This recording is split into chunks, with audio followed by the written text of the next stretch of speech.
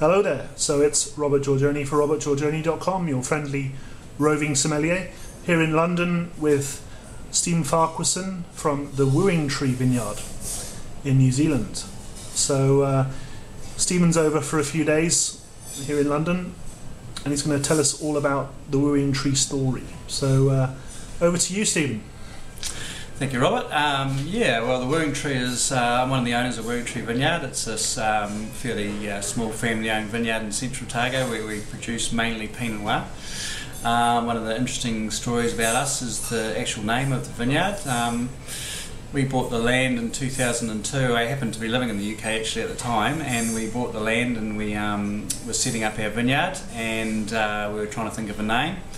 And the consultant that was helping us set up a vineyard sent us back an email to say that there was quite a few trees on the vineyard, and we would need to chop them down, and we said, yeah, that's fine. And then he sent another email saying that there was this tree on the middle of the vineyard called the Wooing Tree, and the locals all kicked up a fuss that the new owners were going to chop down this famous tree. And there was a poetry competition, it was on TV and newspaper and all that sort of stuff. They were trying to save the tree. So as soon as we heard that story, we were like, oh, surely we can keep one tree, and we're trying to think of a name, and the Wooing Tree had this really romantic story attached to it.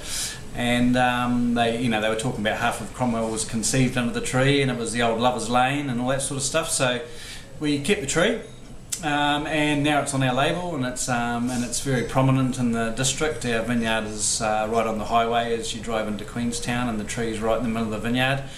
So you're based in Cromwell, aren't you? Yeah, we're right beside the town of Cromwell. So as you drive to Queenstown from Wanaka, you go straight past us, or from Christchurch. So we're right on the intersection. So yeah, the tree, and now we do a lot of weddings, and people propose under the tree. We've had probably 3 or 4 marriage proposals this year, probably, or maybe more. So it's very quite famous now. The Wooing Tree again. It's about 90 years old. The tree.